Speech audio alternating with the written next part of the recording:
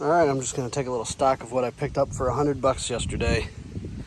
I got this old Clausen Colchester 11-inch lathe. Pretty sure it is an 8000 series, which means parts are very expensive.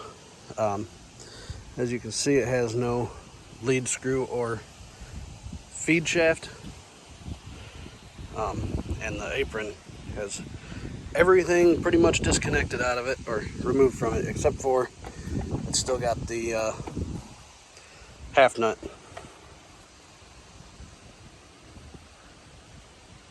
I picked this up from my work.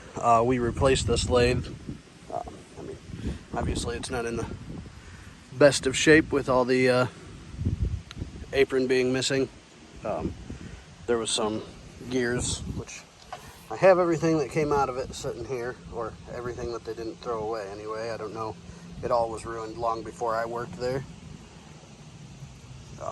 Maybe there's enough stuff there to get it back to going, or need just a couple parts, I don't know.